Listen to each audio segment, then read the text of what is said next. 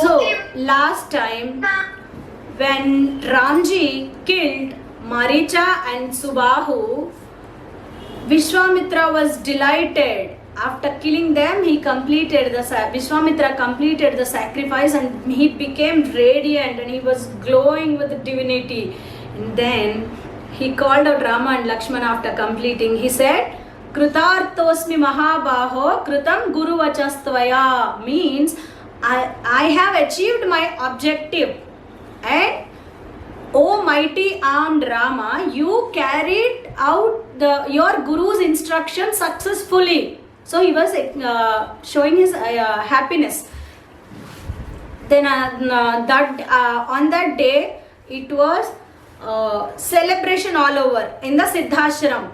They slept on that night in the ashram, and next morning after their morning prayers, Ram and Lakshmana came to Vishwamitra ji and bowed to him. They said, "We are your servants.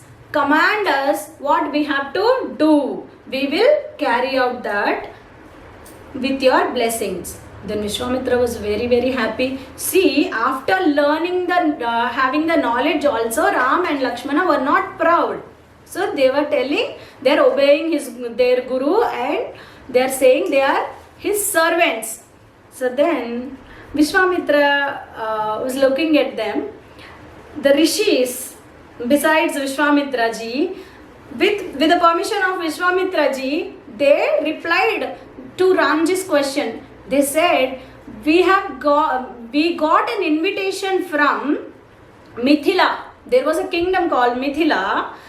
Their pious sacrifice is happening, is going to Raja Janak. Who is the king of Mithila? Raja Janak is going to perform a pious sacrifice. You two also accompany us. We are leaving there.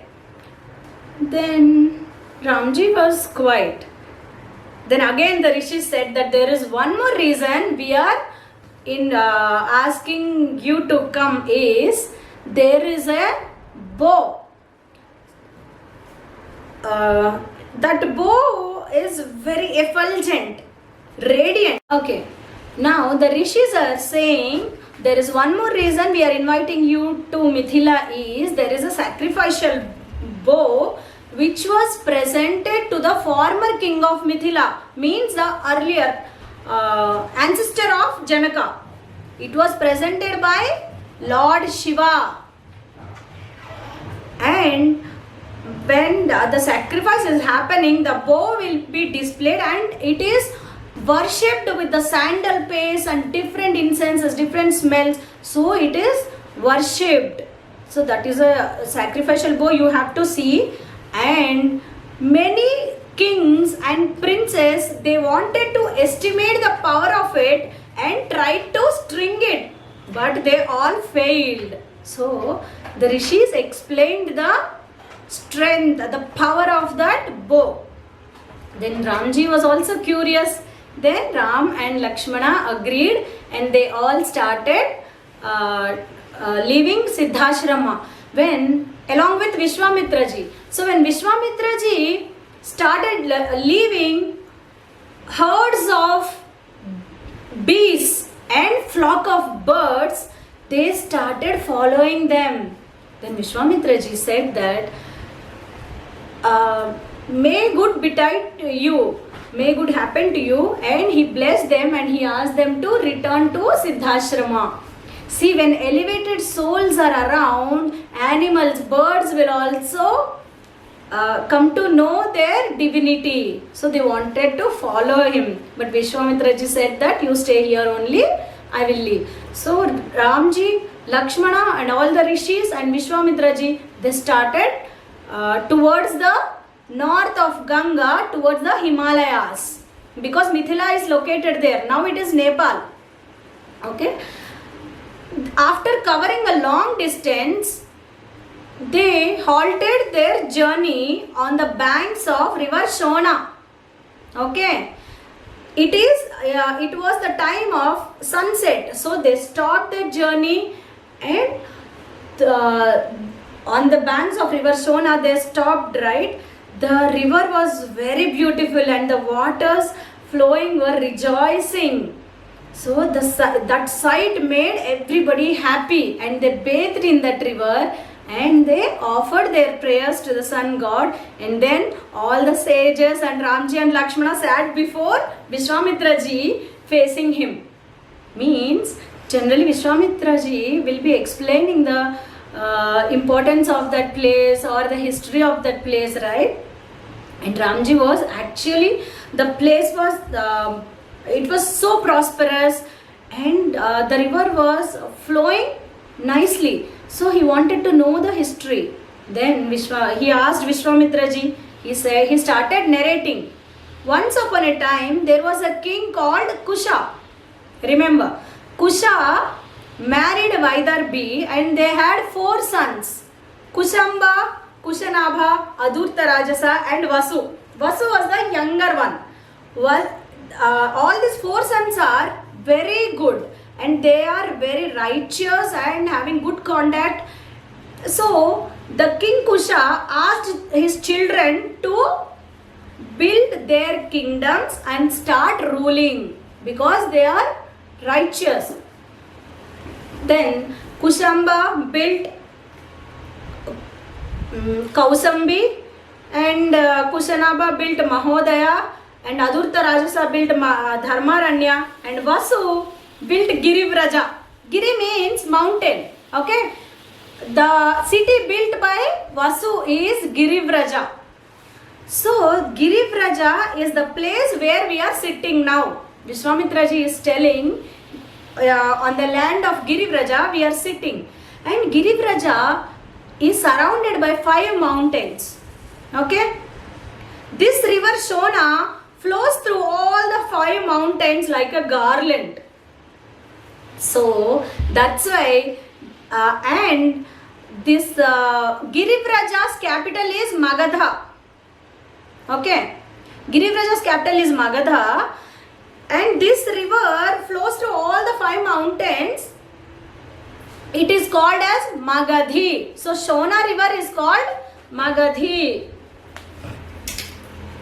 And the city is built by Vasu, right? This Girivraja is built by Vasu. That's why Girivraja is also called as Vasumati. Am I clear? Girivraja is called as Vasumati also because it is built by the King Vasu.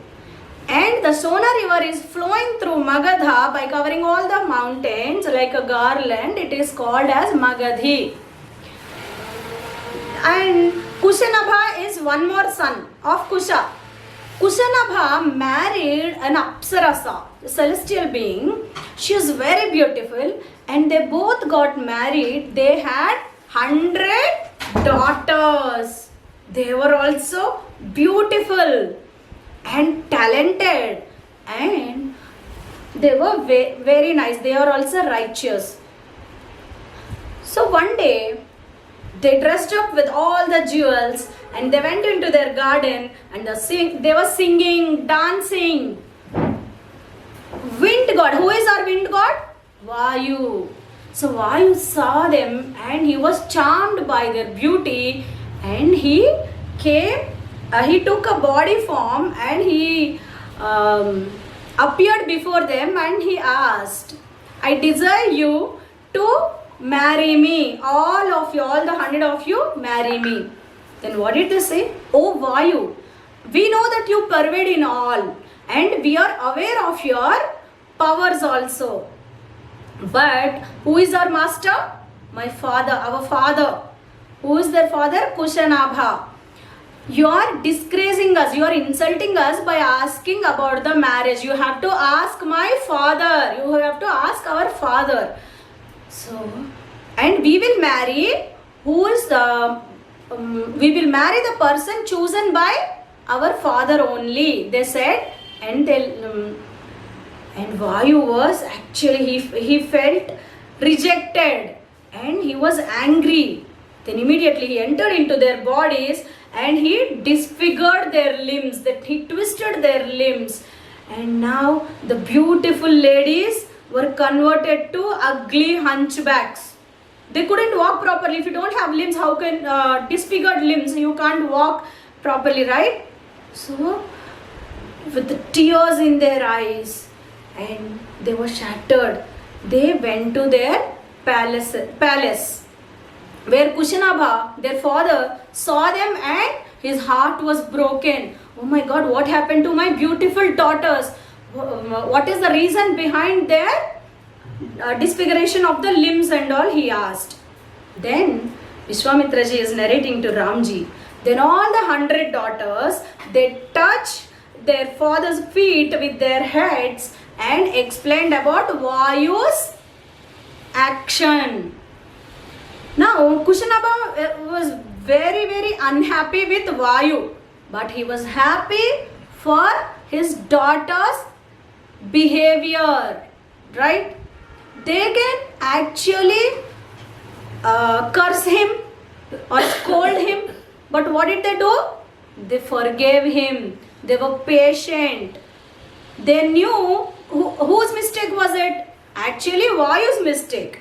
Vayu had the power, so he punished them. But they wanted to show that human beings are more powerful and they can forgive even Devatas.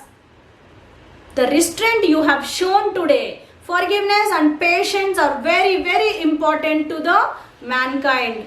So Kushanabha was very happy with his daughter's behavior, and then he immediately started seeking advice from his ministers for his daughter's marriage.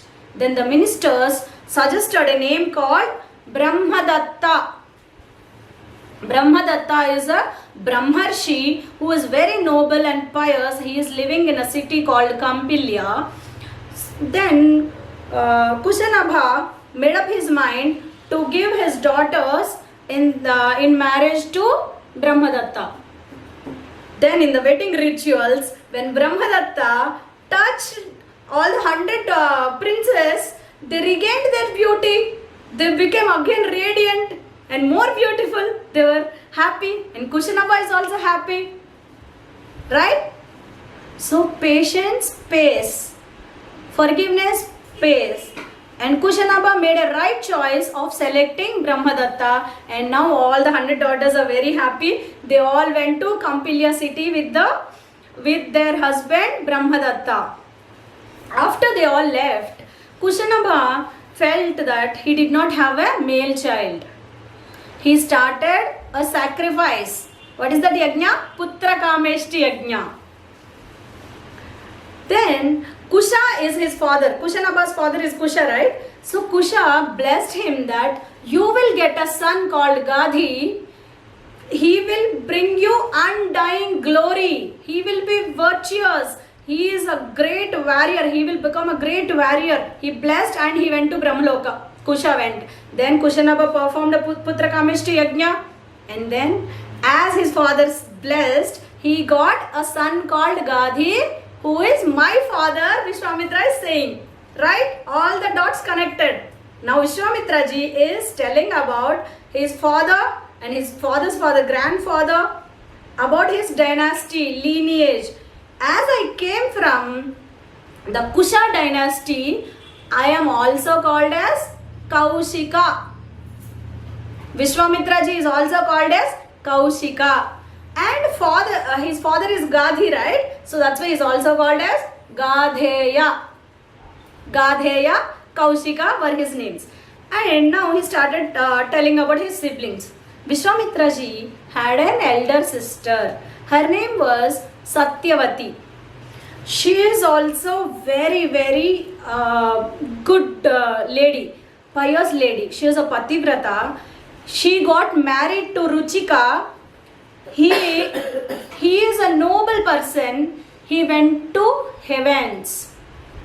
When he was going to heavens, Satyavati also followed. She also went to heaven with the mortal body. Later, she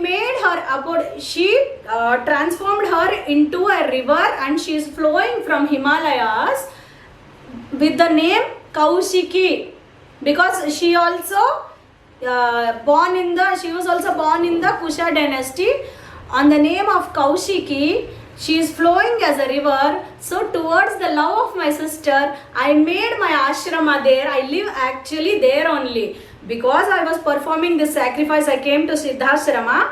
But in Himalayas, where my sister Kaushiki is flowing as a river, I live there only, Vishwamitra ji said. Then all the rishis and Ramji and Lakshmana applauded the Kusha dynasty, and he appreciated Vishwamitra also, because he was born in the dynasty and he is bringing name and fame to that dynasty, right?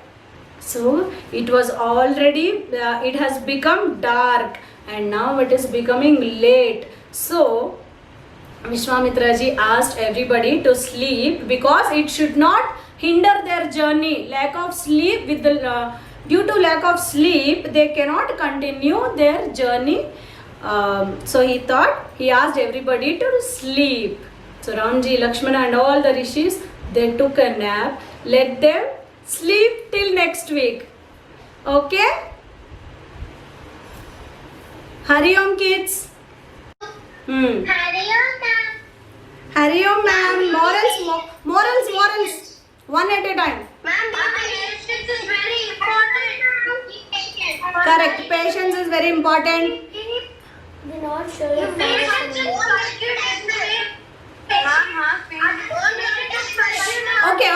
Okay. One at a time. Bhavin.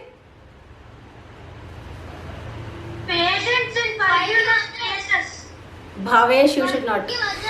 Forgive others. When somebody is mean to you, you should not be mean to them. Right? Ma'am, do not get anger. Do not get anger very fast. Yes. If somebody forgives you. Hmm. Ma'am, can I tell? Yeah. If we forgive and be patient to anyone, they will also be patient and forgive us. Correct. And when Vishwamitra ji and her sister, what do you understand? Love your siblings. Right? your power in others. When somebody is weak and innocent, they are weak. If you are powerful, if you are like 12 years and your younger sister is only 6 years, you can't hit them, right?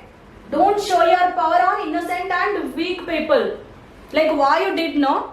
Vayu had shown, as he had power, he had shown his power into the innocent human beings.